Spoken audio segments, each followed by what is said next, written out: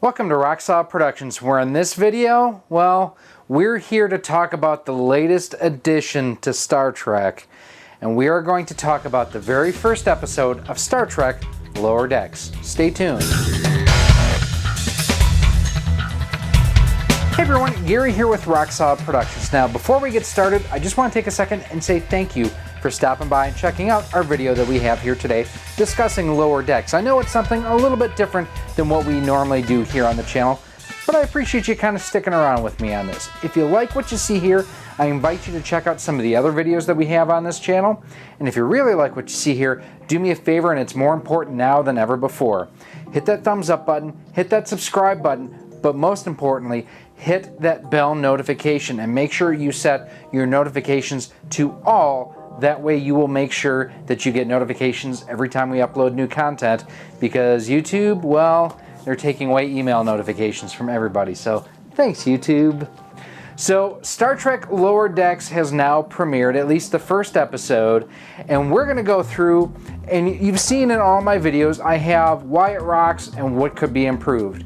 Well, we did this with Star Trek Picard. If you haven't seen it, it wasn't on this channel. I actually did it over on the Anti-Trekker channel, and you can check out that playlist in the Anti-Trekkers channel right up there. So I decided, let's do this for Lower Decks, but we're going to host it here on our channel. And the way that this works is I go through and I pick out 5 things that I really enjoyed about an episode, or just liked about an episode, quite honestly, and 5 things that I thought could be improved. Some episodes are going to be weighted more one way versus the other, but the main idea behind this, it's not all great, it's not all bad. Let's try to find that happy medium, and I will tell you, it was really hard for me on this first episode of Lower Decks to find things that I liked about it. I wasn't keen on it, but let's get started, and we're going to start things off on a positive. The first few shots of this episode.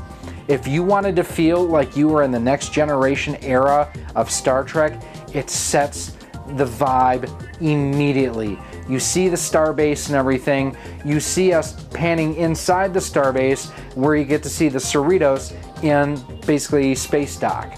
And it was a beautiful shot. It reminded me of so many scenes that we've seen in The Next Generation, that we saw in Star Trek 2, Star Trek 3, Star Trek 4, Star Trek, well, we don't want to talk about Star Trek 5, but you get the idea.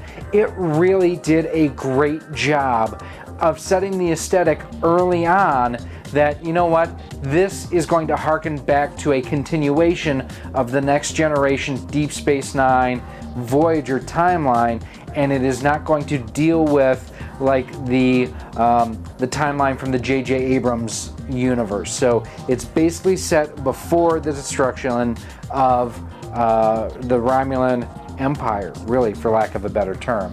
So while that's good, the first thing that I thought really needed to be improved, the introduction of our 2 main characters that we have here. And one of them I already cannot stand. So I'm not a big fan of Star Trek Discovery because of Michael Burnham. Michael Burnham is a typical Mary Sue. She's good at everything just because. Everybody likes her just because. Well, I will tell you, Ensign Mariner, I believe that's her name, comes across very much as a Mary Sue. And they set her up as this in this first opening establishing scene where she's bouncing off the walls and she's, you know, trying to be the fun girl that everybody likes, and you know, it just, I did not like her character from the get-go. And I don't know if they are trying to get us to dislike her, because we all know they were not trying to get us to dislike Michael Burnham, but I disliked her from the word go. And also, the male character was a bumbling idiot from the word go. In so much as, by the way, didn't mention early on, spoiler warnings, from the moment that we saw his leg get sliced open with a batleth, throughout the entire episode, he's a buffoon. He's made out to be the comic relief when he's honestly trying to do his best to be a good Starfleet officer, versus Mariner, who's basically there as, for lack of a better term, a screw up herself, because she can't follow the rules, she doesn't care about the rules, she doesn't want to better herself for society like Picard said everybody did in First Contact. I didn't like her at all. I didn't like him at all because of what a buffoon he came across as. And quite honestly, if the roles were reversed and he was the strong character, the confident character, the character that would go ahead and be able to do these sort of rule-breaking type of things, and the female character was the buffoon or the butt of all the jokes or whatnot, you know, you'd see people up in arms about that, claiming that this was sexist. But because he's a cis white male, it's fair game, right? Yeah, no, not so much. And they have Romulan whiskey. And I bet you thought it was going to be green, but it is actually blue. It's this very beautiful color. Romulan whiskey is against regulation. Yeah, because it's awesome. Right after this introduction, we get our next thing that I really think needed to be improved, and that was the opening credits. The music sounded like something, at first I'm like, is this Galaxy Quest? And I don't say that to dump on Galaxy Quest, because I love Galaxy Quest, but it sounded like music from a fan versus something that belonged in a first-party series. It was terrible.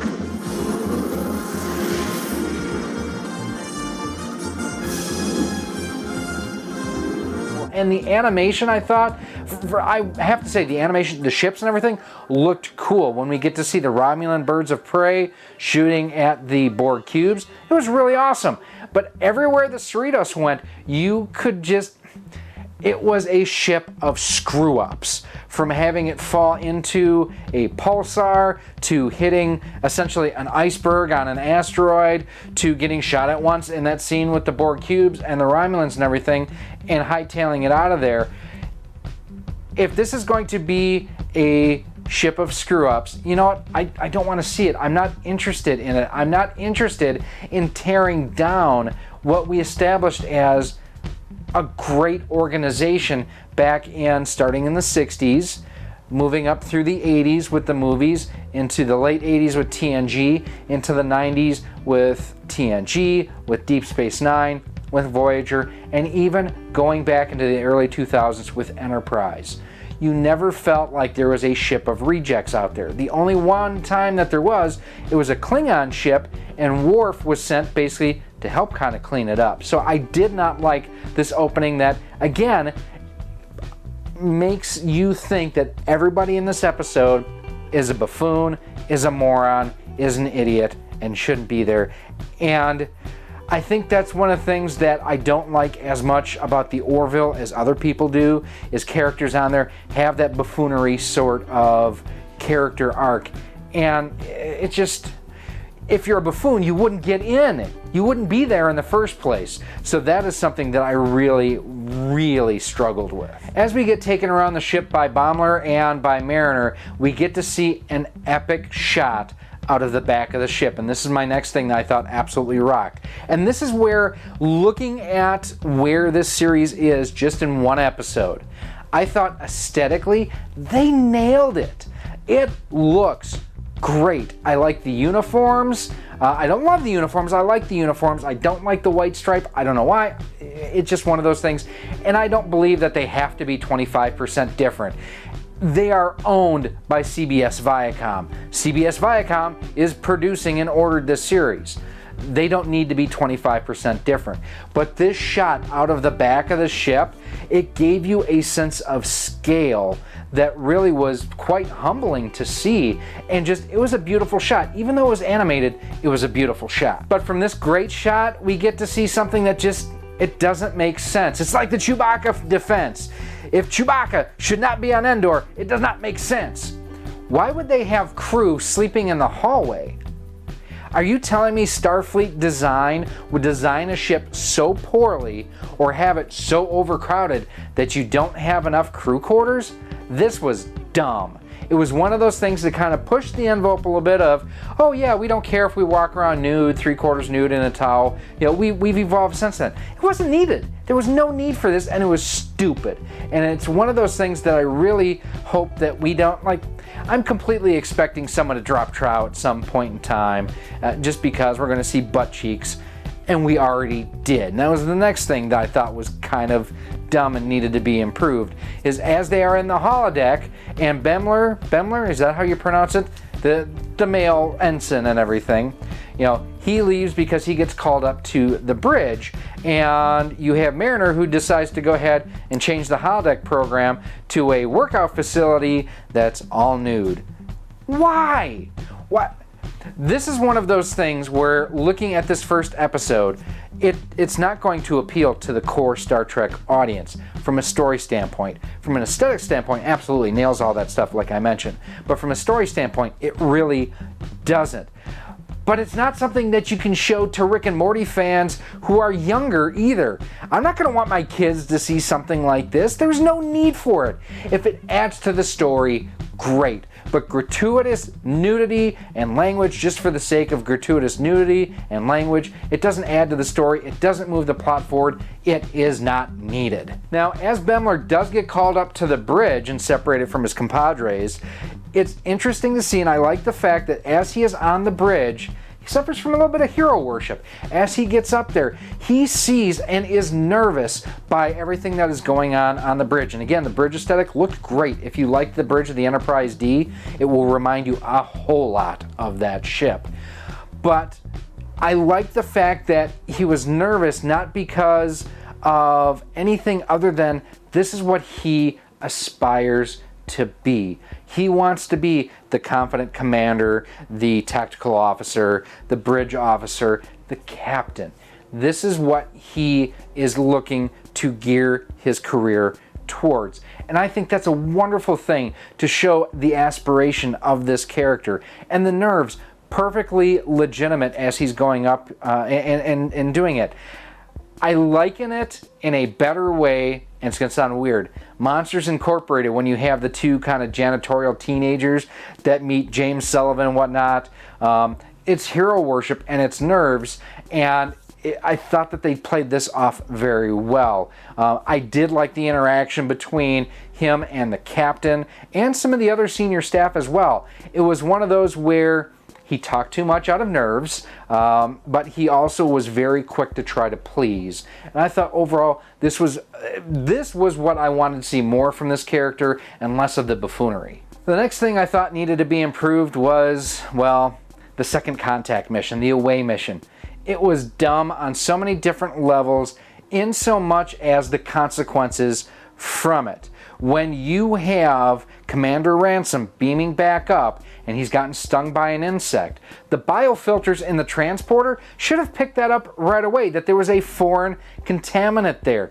He should have been put into quarantine immediately. And by doing so, I understand you have no story, but when you have no story, you have no story. This reminded me a lot of the TNG episode The Naked Now, where everybody got drunk and we found out that Data was fully functional. You are fully functional, aren't you? Of course, but How fully? in every way, of course.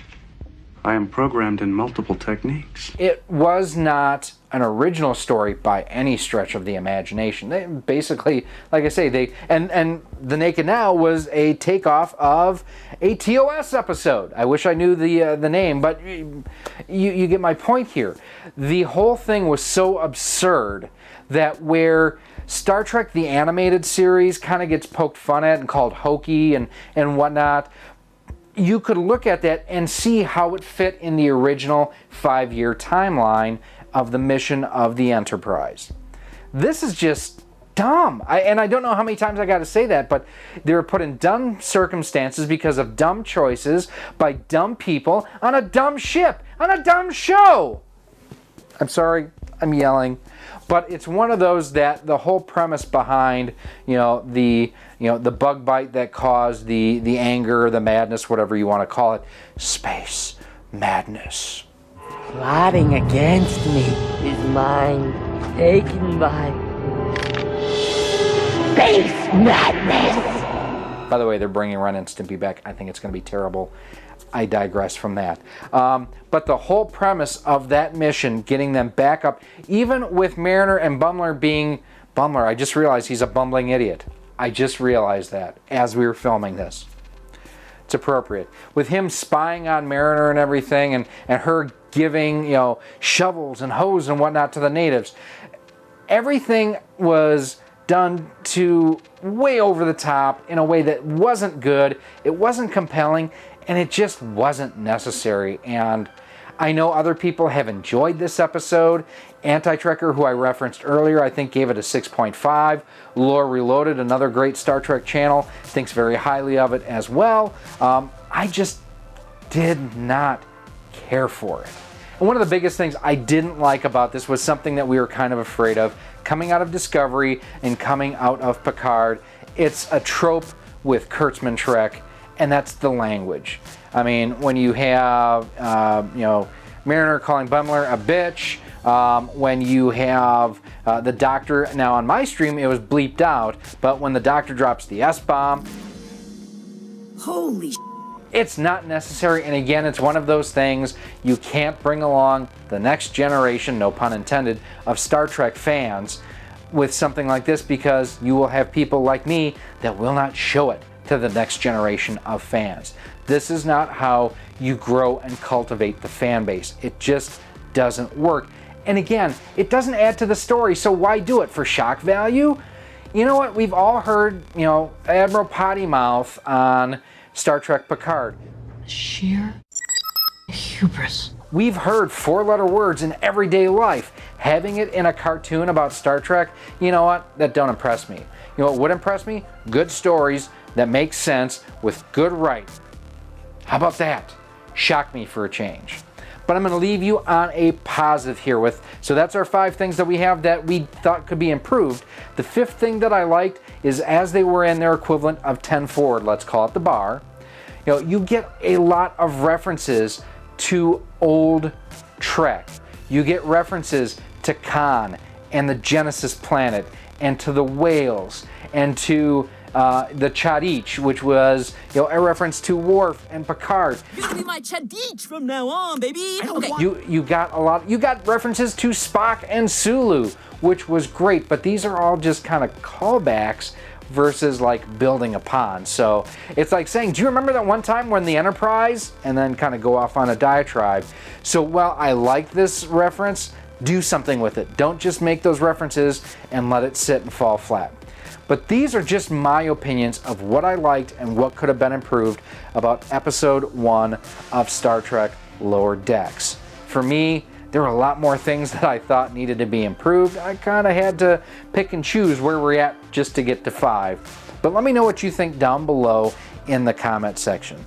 Also let me know down in the comment section, out of all the Star Trek that we've had so far as TV series, from the original series, the animated series, Star Trek The Next Generation, Deep Space Nine, Voyager, Enterprise, Discovery, Picard, and now Lower Decks. What is your favorite Star Trek show? Also, let me know if you saw it, if you liked it, if you agree with me, if you think I'm all wet. Let me know. I want to hear from you guys down below in the comment section. Now, if you do have any other comments or questions, as always, feel free to email me at rocksolidmail@gmail.com. You can hit me up on Twitter at RockSolid Studios. We are on Facebook at facebook.com/RockSolidProductions and Instagram at instagram.com/RockSolidProductionsGK. Now, like I mentioned, check out the Anti-Trekker's channel where he has our review of episodes 3 through 10 of Picard. He also has live reactions to watching the first episode of Lower Decks. And also do me a favor and check out my friend Bird of Prey 5. He has reviews coming, if they're not up by the time that you see this, of the first episode of Lower Decks, and he will be going through and doing something similar to me. I don't know what his opinions are to this point. It'll be interesting to see his video after we get this one posted. Now, if you do want to help support the future of Rock Solid Productions, there's a couple different ways you can do so. First and foremost, like always, hit that thumbs up button, hit that subscribe button, and is more important than ever, like I mentioned, to hit that notification bell as well. That way you are kept up to date with when we do upload new content. You can also go ahead and head on over to our Patreon page at patreon.com/rocksolid. For as little as $1 a month, $12 a year, you get early access to all of our video content, exclusive content, and a whole lot more. You can also become a channel member here on YouTube for as little as $1.99 a month, and with that you get all those same benefits and features, and you also get badges to kind of call you out as a channel member each I think it's 3 months you go along, that badge changes, gets a little bit bigger, I believe, and there are other benefits on that too. You can also go ahead and head on over to our Teespring store on screen right now, where we have t-shirts, sweatshirts, hoodies, cell phone cases, masks, lots of cool things for you to check out, and everything that we raise through our Patreon page, through our channel memberships, and through Teespring gets invested right back in the channel here. And then finally, if you are looking to pick up some retro and modern gaming accessories, do me a huge favor. Head on over to CastlemaniaGames.com, and the cool thing over there is he has a feature called Castle Cash. It's his rewards program where the more you spend, the more you earn towards future purchases. And what's really cool is Castle Cash, it's just like cash. So if you have 20 bucks in Castle Cash, you have 20 bucks to spend at the castle. You can also use promo code ROXSolid10 to save 10% off of most items on the website. My overall feeling for this episode, using an A through F scale, it's a D. If it weren't for the aesthetics and the sound effects and everything, it would probably be an F. The story for me was an F. But as far as potential, let's see where it goes. We have a number of weeks to get through this, and we are going to be posting these recaps every week here on the channel. My name is Gary. This has been RoX Productions, and our 5 things we thought rocked and 5 things that could have been improved about the first episode of Star Trek Lower Decks. I said when I heard the name initially, Star Trek Lower Standards, and it appears they've kind of gone that way in a few areas. Thank you for watching. I hope to see you next week.